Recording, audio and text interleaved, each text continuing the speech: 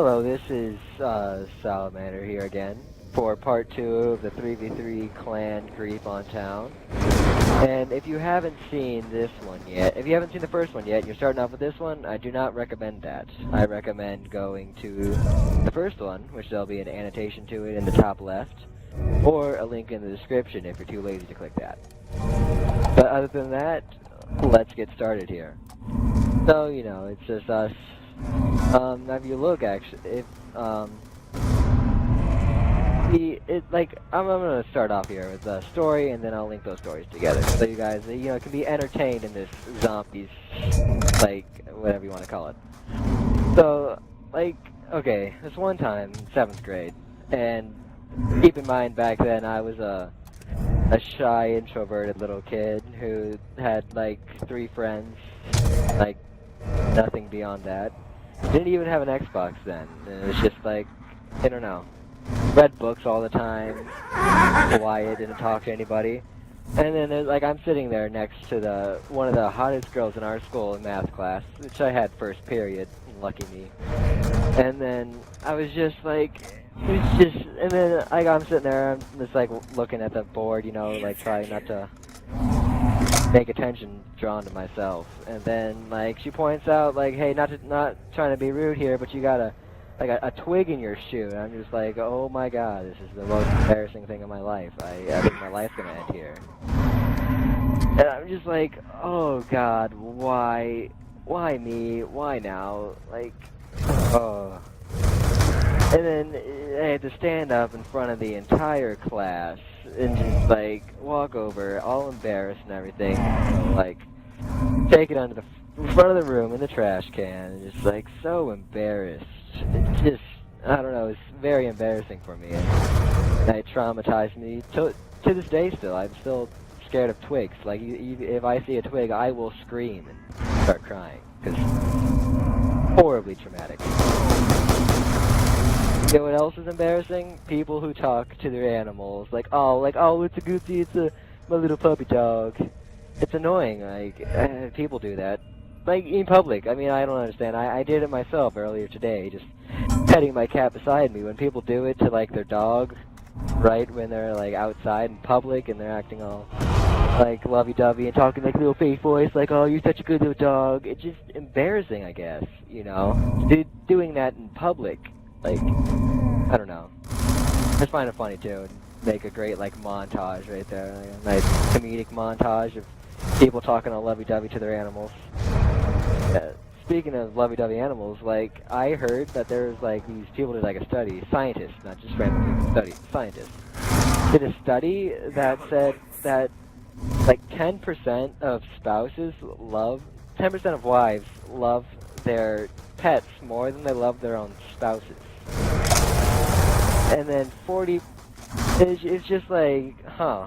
But then I guess I can see that dogs are always with you all the time and don't need to go watch, like, sports or anything, or catch up on the latest play the next Call of Duty, or catch up on the latest Walking Dead or anything. But still. But, like, I don't know. Like, this one time, on a completely unrelated note, I went to the mall, actually, with, it was me, TDOM Mr. Sinister, and, TDOM Execution, our clan leader, obviously. I hadn't met him yet. I've only talked to them on Xbox, but I had talked to them on Xbox for, like, what was it, like, I think it was going on 2.5 years then, so I felt like I was one of those episodes of Catfish, you know what I'm talking about? Like, have you seen that, like, the MTV show Catfish, where it's just, like, takes so many people who have never met before, like 2 people who've never met before, like, in a relationship, like, dating for years, and then just somehow just, like, go and, like, meet up because the person named Catfish had the same thing. And usually the chick either turns out to not be a chick or not be who she says she is and be some, like, creepy, fat, like, 40-year-old dude who lives in his parents' basement. It's weird. And then I was going there, and it was, actually, they were not, neither one of them were fat, 40 years old, or, well, I guess I can't say that they don't live in their parents' basement, but well, Well, I mean, I admit I do live with my parents too, mostly because I am underage. To, live on my own. Neither is either of them. But, we're talking in our mall, in case you didn't know, we live in small town, Ohio. So there's not very many, things to do. So our mall is very small and gets boring as hell quickly. So after walking around, we have a reformatory actually just not close to that. It was on one of the it's one of the most haunted places in America, the Richland County Reformatory. We went there for the haunted reformatory thing, which tickets are extremely expensive, $20 a person. Crazy. But we go there, and it was me,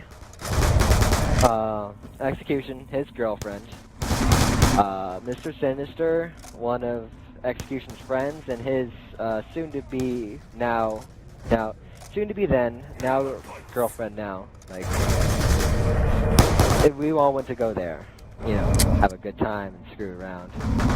And then we get there, and, we're having fun. Of course, everybody's talking, who's gonna go first, who's gonna go first? Me, never being there, and being the brave person I am, volunteer to go first. Because nobody else would, even though a lot of them had already been there before. So, so we're walking around, nothing's really scaring me. I get scared, seriously, one time. And it's not even anything most people consider even partially scary. It was this one little cheap little witch thing that popped out of the over the doorway. But we had just gone through something that a lot of the people would consider scary, and I was pretty cool, taking the lead. It's not hard to tell when things are going to be popping out at you. So, and then, we're about to enter a hallway thing, and I'm just like, oh yeah, this hallway, there's probably going to be some scary stuff in there. There shouldn't be anything too big before it. And then I'm walking, and then it pops out right over my head, like a cheap little, paper witch thing that, pops out 2 feet above your head, and lights up its eyes, and, makes a little cry, a little noise thing, and it's just, gonna, maybe scare a 3-year-old. I jumped, almost yelled, and, hit the deck, jumped straight on the floor, oh my god, what was that? And then, luckily, everybody else was looking around and not paying any attention, because they didn't see it till I actually brought it up. But, everybody there only got really scared once, and that was my one embarrassing. And then we went home, went back to Austin's place, and we hung out. And, see, have you ever heard of you guys may have heard of the Ben Gay Challenge. If not, I recommend looking it up after you finish watching and liking this video. It's where you put Ben Gay, which is icy hot, on your genitalia to make them burn like hell. So, we were doing that. I don't know why, it was stupid, but me and Execution, Austin, we go first. So me, being a hard-ass self, like I've already explained, I didn't really cry out. I stood there and laughed at Austin, who was, bending over a chair, crying the entire time. Not really crying, but it would understandably hurt.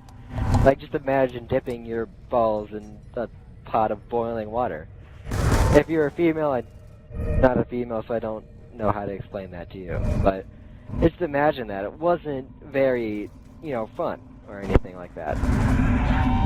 And then, we went. Austin was over there, leaning over a chair, his pants down his pants and everything. And we were trying to see who can go the longest without showing pain, and I obviously won because it didn't really start hurting until about 30 minutes after. It lasts for about an hour, actually, the pain thing does. Well, then Austin's friend, Stacy, and then Mr. Sinister, Brent, go next. And they both, within I think it was 30 seconds, they both go running upstairs to the bathroom together and fan their balls in the same bathroom together, which I didn't get. It was weird.